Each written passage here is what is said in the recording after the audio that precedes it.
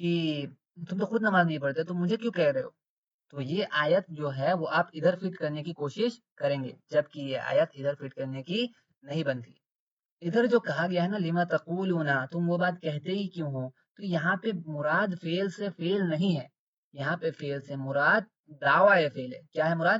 دعوی فعل۔ مطلب جب اس کا کانٹیکس میں بتاتا ہوں تھوڑا اس آیت کا، کہ کچھ تھے لوگ نبی کریم صلی اللہ علیہ وسلم کے دور میں، صحابی تھے اور کچھ منافقین بھی تھے ان میں سے۔ تو وہ منافقین اور باقی لوگ بھی وہ کیا دعویٰ کرتے تھے؟ وہ یہ دعویٰ کرتے تھے کہ ہم وہ ہر کچھ کریں گے جو اللہ کو محبوب، وہ کہیں گے وہ ہم ہر کچھ کریں گے جو اللہ کو پسند ہوگا ہم وہ کریں گے۔ اور اللہ کو پسند کیا ہے؟ جہاد فی سبیل اللہ، اللہ کے راستے میں جہاد کرنا۔ وہ کہتے تھے کہ جہاد فرض ہوتے ہی ہم لوگ کریں گے، جب جہاد فرض ہوگا تو ہم لوگ کریں گے ہی کریں گے، ٹھیک ہے؟ ایسا وہ لوگ کہتے تھے، دعویٰ کرتے تھے، دعویٰ کرتے تھے، میں دعویٰ کر رہا ہوں کہ میں یہ کروں گا ہی کروں گا۔ لیکن جب جہاد فرض ہوا تو وہ لوگ پیچھے ہٹ گئے، وہ لوگ بھاگ گئے۔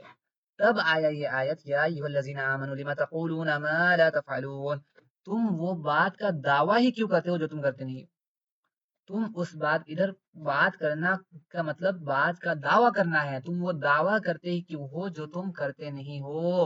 اس میں مطلب کیا ہے کہ جنرل ٹرمز میں ہم اگر سمجھے، مطلب اس چیز کا تم وعدہ ہی کیوں کرتے ہو؟ آج ہم لوگ ایسے ہیں کہ ہم کسی چیز کا وعدہ کر لیتے ہیں لیکن اس کام کو کرتے نہیں۔ ہم وعدہ کر لیں گے کہ ہم فلاں فلاں ہم ٹائم پہ یہ کام کریں، کر دیں گے آپ کا، لیکن ہم اس سمے غائب ہو جائیں گے، ہم کام کریں گے نہیں۔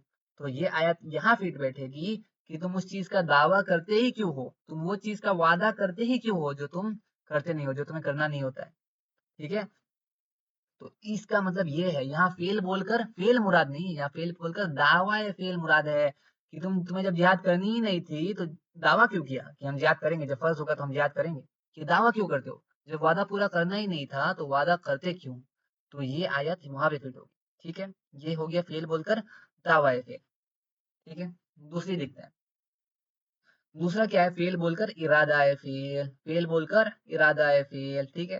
ابھی دیکھتے ہیں، قرآن میں آتا ہے، ادھر ہی ہوگا، یا ایھا الذین آمنوا، ہاں، یا ایھا الذین آمنوا اذا قمتم الی الصلاۃ فاغسلوا وجوہکم۔ اس کا مطلب کیا ہے؟ یا ایھا الذین آمنوا، اے وہ لوگ جو ایمان لائے، اذا قمتم الی الصلاۃ، جن کو عربی تھوڑی آتی ہے ان کو پتا ہوگا، اذا مطلب وین، جب، قمتم قائم ہو جاؤ تم لوگ، الی الصلاۃ نماز کے لیے، مطلب جب تم لوگ نماز کے لیے کھڑے ہو جاؤ، قائم ہونا مطلب کیا؟ استقامت، کھڑے ہو جانا۔ یا اے ایمان والو، جب تم نماز کے لیے کھڑے ہو جاؤ، فاغسلوا وجوہکم، اپنے چہرے کو دھو لو، اس کے بعد وایدیکم، ہاتھ کو دھو، مطلب پورا وضو کرنے کے لیے بتایا جا رہا ہے۔ میں پورا، بہت بڑی آیت ہے، میں مطلب بتا رہا ہوں کہ مطلب کہا جا رہا ہے کہ جب تم نماز کے لیے کھڑے ہو جاؤ تو وضو کر لو۔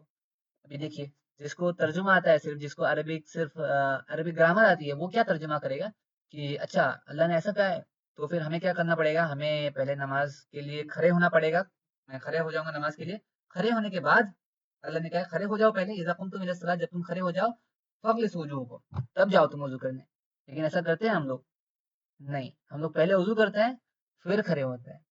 تو ادھر جو فعل بولا گیا ہے اذا قمتم، اذا قمتم جب تم کھڑے ہو جاؤ، ادھر فعل بول کر فعل مراد نہیں ہے، ادھر فعل بول کر فعل مراد نہیں ہے، بلکہ لیکن کیا مراد ہے؟ ادھر فعل بول کر ارادہ فعل مراد ہے، کہ جب تم کھڑے ہونے کا ارادہ کرو، ارادہ فعل، کہ جب تم ارادہ کرو نماز پڑھنے کا، نماز کے لیے کھڑے ہونے کا ارادہ کرو، جب ارادہ کرو گے فاغسلوا وجوہکم، تب جاؤ وضو کرو۔ میں ارادہ کرتا ہوں کہ میں نماز پڑھوں گا، ظہر کی نماز پڑھوں گا ابھی، تو میں چلو ابھی میں جا کے کیا کروں گا؟ وضو کروں گا، میں نے ارادہ کیا، اس کے بعد تم وضو کرو گے، ٹھیک ہے؟ تو ادھر فعل بول کر ارادہ فعل مراد ہے، وہاں پہ فعل بول کر دعوی فعل مراد تھا، ٹھیک ہے؟ تو ایسا کئی بار عربی میں ہوتا ہے، ٹھیک ہے؟ تو یہ بتانے کا مقصد کیا تھا؟ یہ بتانے کا مقصد یہ تھا کہ یہاں پہ جو ہدل للمتقین، متقین کہا گیا ہے، متقین کہتے ہی اسے ہیں جو تقوی اختیار کر رہے ہو، تقوی اختیار کرنے والے کو۔ لیکن یہاں یہ جو فعل ہے تقوی اختیار کرنا، یہاں فعل سے مراد فعل نہیں ہے، بلکہ فعل سے مراد ارادہ فعل ہے، یعنی وہ لوگ جو تقوی اختیار کرنے کا ارادہ کرتے ہو، مطلب وہ لوگ جو پرہیزگار بننے کا ارادہ کرتے ہو، تو اللہ ان لوگوں کے لیے کہتے ہیں ہدل للمتقین، ہم انہیں اس سیدھے راستے پہ چلا دیں گے۔ تو اللہ کیا کہہ رہے ہیں کہ وہ لوگ جو سیدھے راستے پہ چلنے کا ارادہ کریں گے. متقین ادھر متقین سے مراد ارادہ فعل ہے. وہ لوگ جو ارادہ کریں گے کہ ہم پرہیزگار بنیں گے, ان ارادہ کرنے والے کو ہدل للمتقین, ہم سیدھے راستے پہ صرف دکھائیں گے نہیں. ہدن ہدن کا ترجمہ کیا کیا تھا؟ سیدھے راستے پہ چلانا. انہیں ہم سیدھے راستے پہ چلا دیں گے. ہدن کیا ہے؟ ہدایت و توفیق ہے. ٹھیک ہے, تو پورا ترجمہ کیا ہوا اس آیت کا؟ کتنا کچھ سیکھنے کو ملا اس آیت سے ہمیں, جو کہ ہم نے پہلے شاید آج سے پہلے ہم نے نہیں سیکھا تھا. ہدل للمتقین, کہ اللہ کیا کہہ رہے ہیں کہ جو لوگ تقوی اختیار کرنے کا ارادہ کریں گے نا, جو لوگ چاہیں گے کہ وہ پرہیزگار بنے, ہدل للمتقین, اللہ انہیں سیدھے راستے پہ چلا دے گا. سیدھے راستے پہ چلا دے گا وہ لوگ کو جو ارادہ کریں. ٹھیک ہے, تو یہ ہو گیا دونوں سوالات کا جواب. ایک اور آیت آج بس دیکھیں گے, اس کے بعد آج والا کلاس, ابھی والا کلاس ختم کریں گے. پھر باقی جو آیتیں ہیں وہ شام کو انشاءاللہ جو میں نے ٹائم بتایا اس میں کر لیں گے. ٹھیک ہے. ہاں, اور ایک سوال لوگ پوچھتے ہیں کہ یہ ہمیں پتا کیسے چلے گا کہ یہاں پہ فیل بول کر ارادہ فیل ہو رہا ہے, یا پھر فیل بول کر دعویٰ فیل ہو رہا ہے, یا پھر فیل بول کر فیل ہو رہا ہے, یہ پتا کیسے چلے گا؟ تو علماء کہتے ہیں کہ یہ جو حکمت والے لوگ ہیں انہیں پتا ہوتا ہے.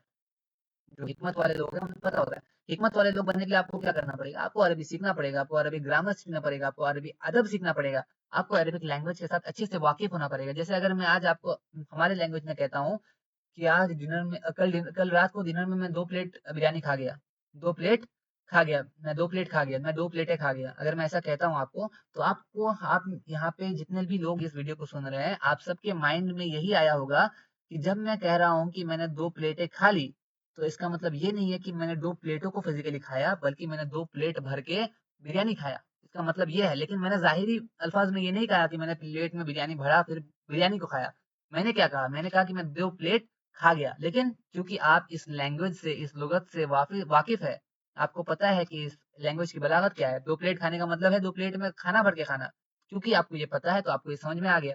کیونکہ آپ کو عربک میں کب کیسے ایسے ہوتا ہے وہ پتا نہیں ہے, اس لیے آپ کو سمجھ میں آنے کے لیے مشکلات ہوتی ہے. لیکن انشاءاللہ تعالی اللہ کی رحمت سے امید ہے, اگر ہم کوشش کریں گے سیکھنے کے لیے, عربی ادب کو سیکھنے کی کوشش کریں گے, عربی گرامر کو سیکھنے کی کوشش کریں گے, تو انشاءاللہ اللہ کی رحمت سے امید ہے کہ یہ ہمیں بھی پتہ چل جائے گا کہ کب ایسا ہو رہا ہے. ٹھیک ہے. ٹھیک ہے. تھرڈ آیت کیا ہے؟ الذین یؤمنون بالغیب, وہ لوگ جو ایمان لاتے ہیں غیب پہ, جو دیکھا نہیں ہے انہوں نے. ویقیمون الصلاۃ, اور نماز قائم کرتے ہیں. ومما رزقناہم ینفقون, ومما رزقناہم ینفقون. اس میں سمجھنے والی بات کیا ہے, کافی امپورٹنٹ ہے. دیکھیے, جب سپوز ہم میں سے کوئی شخص بیمار ہو جاتا ہے, وہ ایک ڈاکٹر کے پاس جاتا ہے. ڈاکٹر کے پاس جا کے کہتا ہے کہ مجھے یہ پریشانی ہے, آپ کے پاس سے میں اگر علاج کراتا ہوں کیا مجھے فائدہ ہوگا؟ ڈاکٹر کہتا ہے ہاں بے شک فائدہ ہوگا انشاءاللہ. تو وہ آپ اگر اس کو جواب دیتے, پیشنٹ اس کو جواب دیتا ہے کہ نہیں فلاں تو وہ شخص ہے, وہ آپ سے علاج کروا کے گیا ہے, وہ تو اس کو تو کچھ فائدہ نہیں ہوا, وہ تو ابھی بھی بیمار ہے. تو ڈاکٹر کیا جواب دے گا؟ وہ جواب دے گا جو صحت چاہے گا نا اس کو صحت ملے گی. وہ جواب دے گا ڈاکٹر کہ جو صحت چاہے گا اس کو صحت ملے گی. تو آپ اس سے فوراً پوچھیں گے کہ کون ہے وہ لوگ جو صحت چاہتے ہیں, کیا علامتیں ہیں ان کی؟ تو وہ ڈاکٹر کیا بتائے گا کہ فلاں وہ جو شخص ہے جو صبح اٹھ کے, وہ جو لوگ ہیں جو صبح اٹھ کے ایکسرسائز کرتے ہیں, صبح اٹھ کے اتنے میل دوڑتے ہیں, وہ یہ والا کھانا کھاتے ہیں, وہ یہ والا کھانا نہیں کھاتے ہیں. تو یہ ساری علامتیں بتانے لگے گا ڈاکٹر, رائٹ, کہ یہ علامتیں ہیں ان لوگوں کی جو لوگ یہ ارادہ کرتے ہیں کہ انہیں صحت چاہیے. تو یہ کیوں بتانے لگے گا؟ تاکہ آپ بھی ان علامتوں کو فالو کرو اور آپ بھی ان لوگوں میں شامل ہو جاؤ جو صحت چاہتے ہیں. اور اگر آپ صحت چاہیں گے تو کیا کہا ڈاکٹر نے کہ جو صحت چاہے گا اس کو صحت ملے گی, ہے نا. تو میں یہ اسی لیے میں نے ایگزامپل دیا کیونکہ اللہ نے کہہ دیا نا کہ ہدی للمتقین, ہم سیدھے راستے پہ چلا دیں گے ان لوگوں کو جو ارادہ کرتے ہیں سیدھے راستے پہ چلنے کا. جو ارادہ کریں گے انہیں ہم چلا دیں گے جیسا اللہ نے کہا ہے. تو ابھی سوال آتا ہے کہ وہ لوگ جو ارادہ کرتے ہیں سیدھے راستے پہ چلنے کی, ان کی علامتیں کیا ہے؟ ہمیں پتا ہوگا ان کی علامتیں, تبھی تو ہم ان کے جیسا بننے کی کوشش کریں گے تاکہ ہم سیدھے راستے پہ چلے. تو وہ علامتیں اللہ سبحانہ وتعالیٰ نیکسٹ آیت میں بتاتا ہے.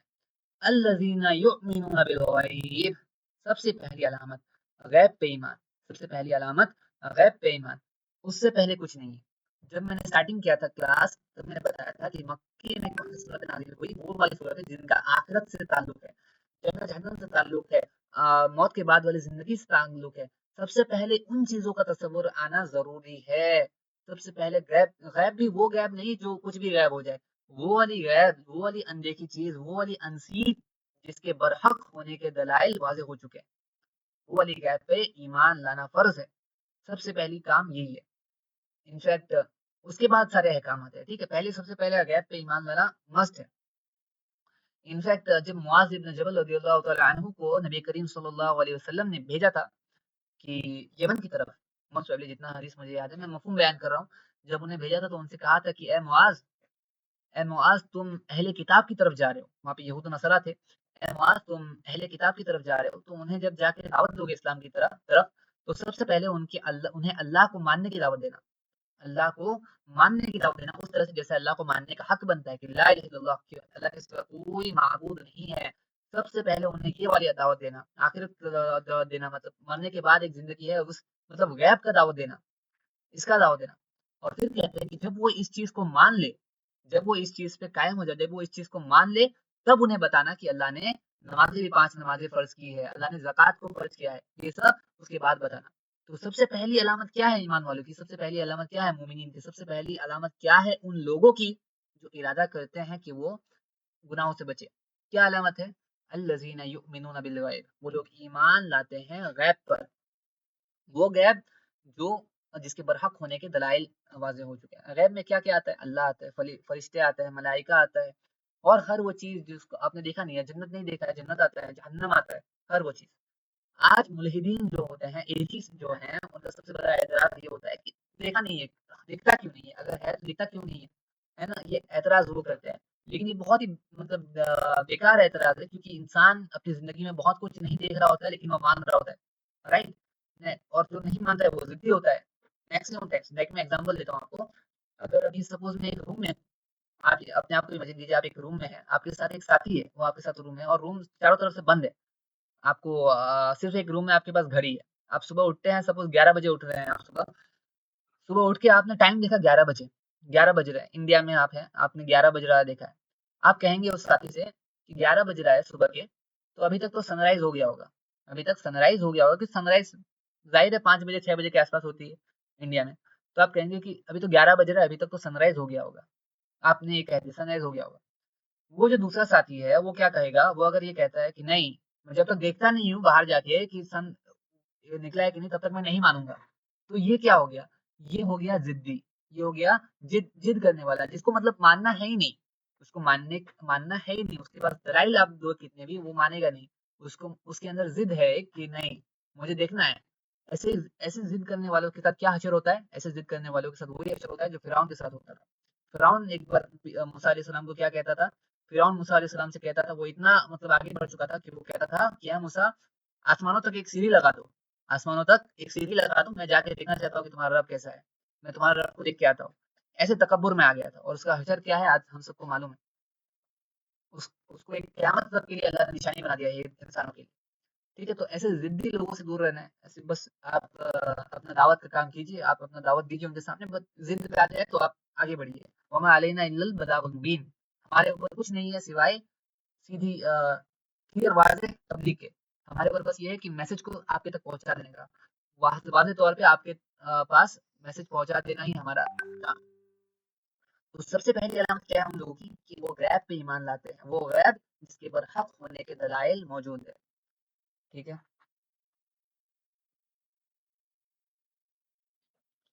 اس کے بعد آتے ہیں، دیکھیے پہلے آ گیا آپ کا دل کی عبادت کی، آپ کو ایمان آ گیا. ایمان آنے کے بعد، ایمان جب آ گیا تب آتے ہیں عبادت. باقی جو جسمانی عبادت ہے، باقی جو دل سے پیسہ خرچ کرنے کی عبادت ہے، وہ سب عبادت اس کے بعد آتی ہے. ایسا آپ سوچ سکتے ہیں نا، کیوں؟ اگر آپ سوچتے ہیں کہ ہمیں کیوں مطلب پہلے ایمان کیوں اس کے بعد عمل کیوں؟ دیکھیے علماء کہتے ہیں کہ جب ایمان دل میں بیٹھ جائے نا تو وہ عمل میں ظاہر ہوتا ہی ہوتا ہے. اس میں کوئی شک ہی نہیں ہے کہ اگر ایمان دل میں ہے تو وہ عمل میں دکھے گا ہی دکھے گا. ایک دو میں آپ کو ایگزامپل دے دیتا ہوں، دو چار کا ایگزامپل دیتا ہوں کہ ہم سب کو پتا ہے، ہم میں سے ہر شخص کو پتا ہے، ہمارے ہر شخص کے دل میں اس چیز کا ایمان ہے کہ آگ جو ہے آگ جلاتی ہے، آگ جلاتی ہے. اس چیز کا ایمان، اس چیز کا یقین ہم سب کے دلوں میں ہے.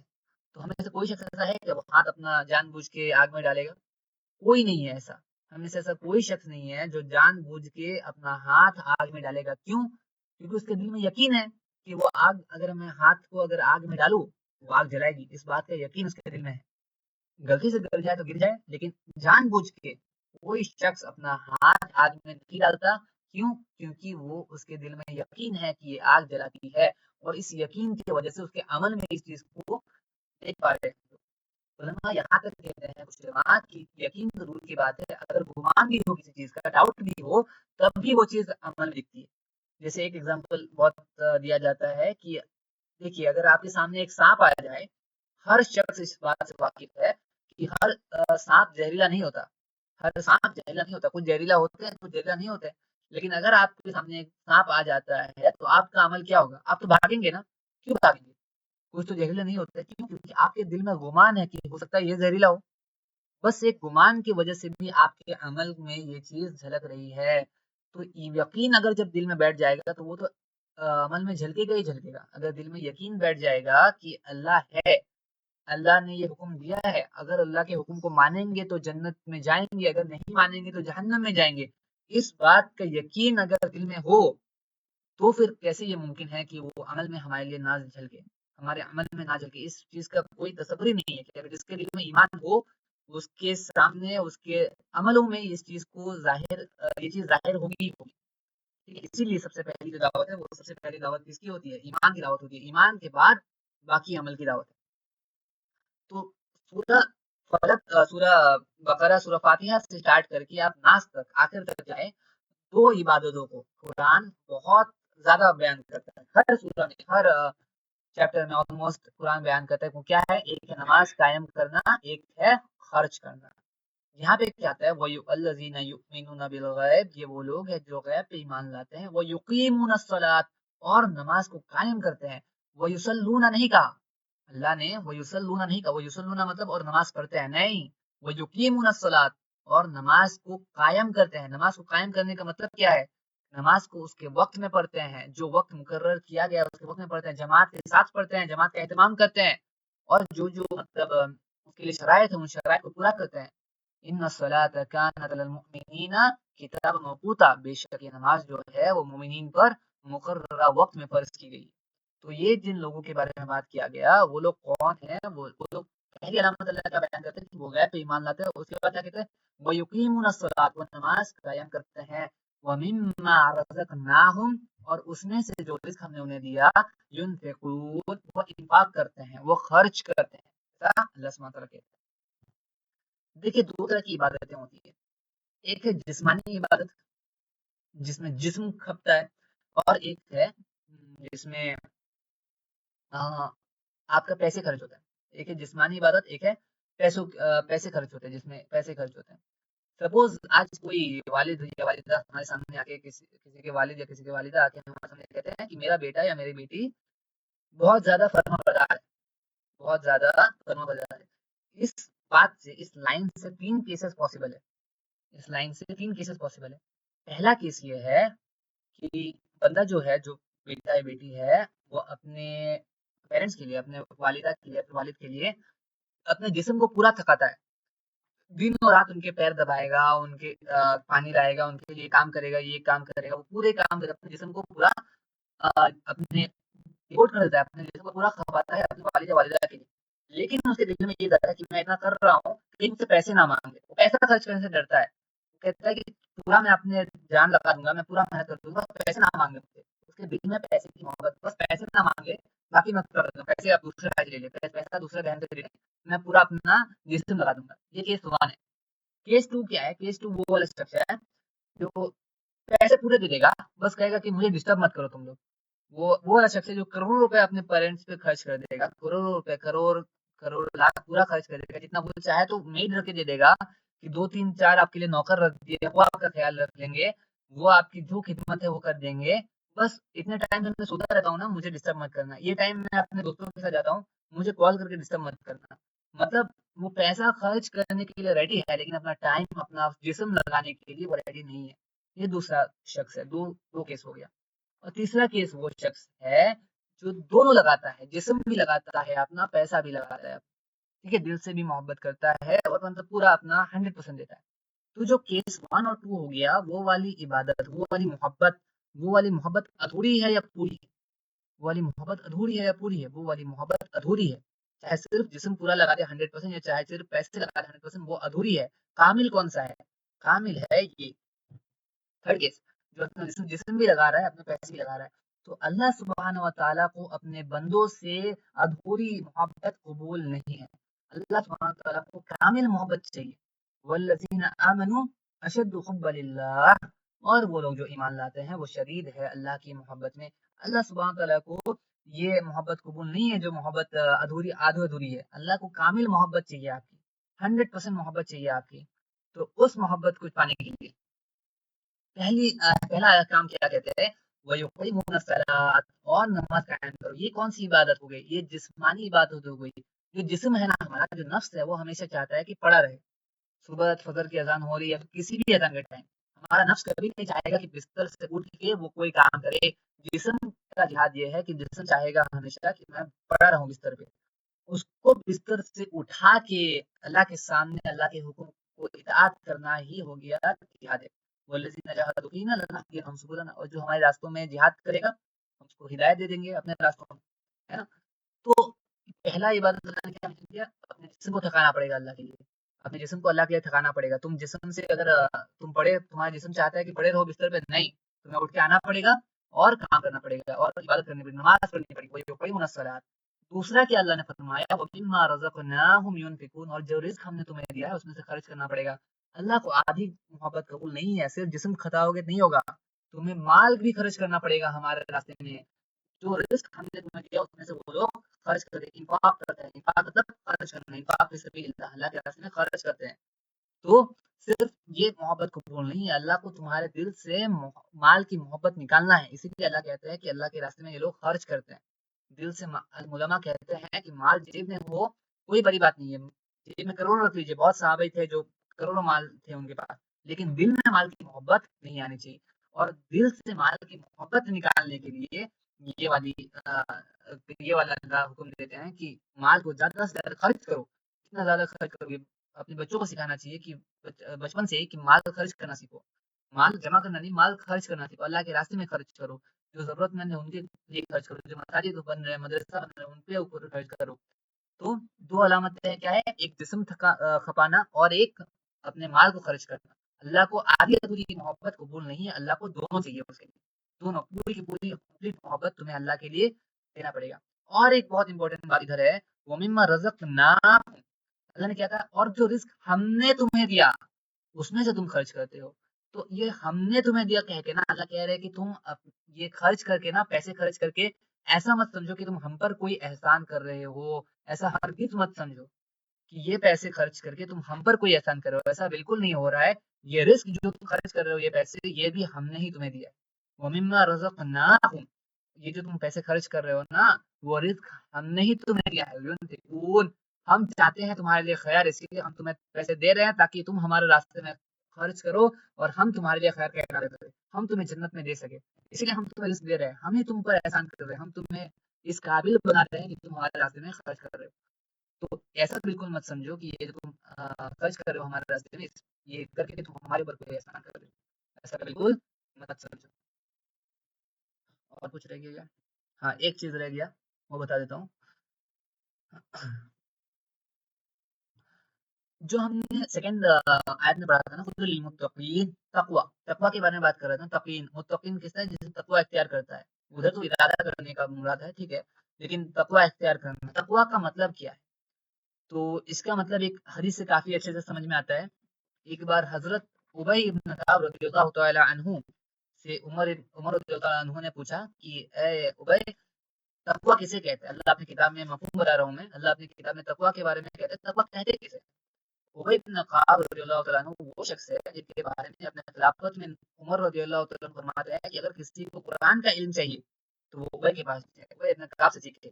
قرآن سیکھنا ہے کسی کو تو ابی بن کعب سے سیکھے. تو اس شخص کے پاس خود امیر المؤمنین عمر رضی اللہ تعالیٰ عنہ جا کے پوچھ رہے ہیں کہ اے ابی بن کعب، تقوی کسے کہتے ہیں؟ تو ابی بن کعب بڑی آسانی سے جواب دیتے ہیں کہ یا امیر المؤمنین، آپ کبھی ایسے راستے سے چلے ہیں جس میں کانٹے ہو؟ آپ کبھی ایسے راستے سے چلے ہیں جس میں کانٹے ہوں؟ تو عمر رضی اللہ تعالیٰ عنہ نے جواب دیا، ہاں میں چلا ہوں. تو انہوں نے پوچھا کہ کیسے چلے آپ پھر؟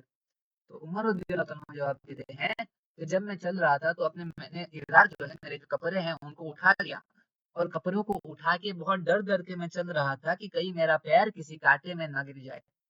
میں نے اپنے ازار اٹھائے اور ڈر ڈر کے میں آگے بڑھ رہا تھا کہ کہیں میرے پیر کسی کانٹے میں نہ گر جائے۔ تب حضرت ابی بن کعب رضی اللہ تعالیٰ عنہ فرماتے ہیں ہاں امیر المومنین یہی تقویٰ ہے۔ اس کا مفہوم یہ ہے کہ دنیا کی زندگی میں خود کو چلانا، دنیا کی زندگی میں چلنا کہ کہیں ہمارا قدم، کہیں ہمارا ایکشن کسی ایسے عمل پہ نہ پڑ جائے، مطلب ہم کوئی ایسا کام نہ کر دے جو اللہ نے منع کیا ہے، جو اللہ کے منکر ہے، جو اللہ نے منع کیا ہے، جس سے اللہ نے روک دیا ہے، کہیں ہم ایسی کام کرنے پہ نہ پہنچ جائے۔ یہ تصور رکھیے کہ اللہ ہمیں دیکھ رہا ہے ہر وقت، یہ کانشیسنس ہمارے دل میں ہو، اور ہم اپنی زندگی میں آگے بڑھیں ود فیئر، یہ ڈر کے ساتھ کہ ہم کوئی غلط کام نہ کر بیٹھے، ہم کوئی ایسا کام نہ کر بیٹھے جو اللہ نے منع کیا ہو۔ تو ایسے آگے بڑھنے کو کیا کہا گیا ہے؟ کیا کہا گیا ہے؟ اسی کو تقویٰ کہا گیا ہے کہ اللہ کا تصور دل میں، ذہن میں ہو کہ اللہ ہمیں دیکھ رہا ہے، اور ہم اپنی زندگی کو ایسے آگے بڑھائیں، ہم دنیا میں ایسے چلے کہ ڈر ڈر کے، کہ ہم بچ بچ کے چلے کہ ہم کوئی غلط کام نہ کر دیں، ہم کوئی ایسا کام نہ کر دیں جو اللہ کی نافرمانی۔ یہی تقویٰ کا مطلب ابی بن کعب رضی اللہ تعالیٰ عنہ نے اس خاص مثال سے، اس بہت ہی فیمس مثال سے امیر المومنین عمر رضی اللہ تعالیٰ عنہ کو سکھایا تھا۔ تو 3 آیتیں ہماری ہو گئی ہے، اور آج میں نے پھر سے کوشش کیا ہے کہ ریکارڈنگ ہو جائے، تو انشاءاللہ اللہ کی رحمت سے امید ہے کہ ریکارڈنگ آج پورا ہوگا۔ ٹھیک ہے، باقی آپ کو پوچھے اگر آج کی کلاس میں کوئی ڈاؤٹ ہے تو نیکسٹ جو فورتھ آیت ہے وہ تو ہم شام کو اسٹارٹ کریں گے انشاءاللہ، جو ریگولر 4:30 والا کلاس ہے انشاءاللہ، تبھی فورتھ آیت سے اسٹارٹ ہوگا۔ جو بھی کسی کو کوئی ڈاؤٹ ہے تو پوچھیے آج کی کلاس سے پہلے 3 آیتیں پڑھیں گے، ہاں، اور جو کچھ بھی ڈسکس کیا اس سے اگر کسی کو کوئی ڈاؤٹ ہے تو پوچھ لیں گے۔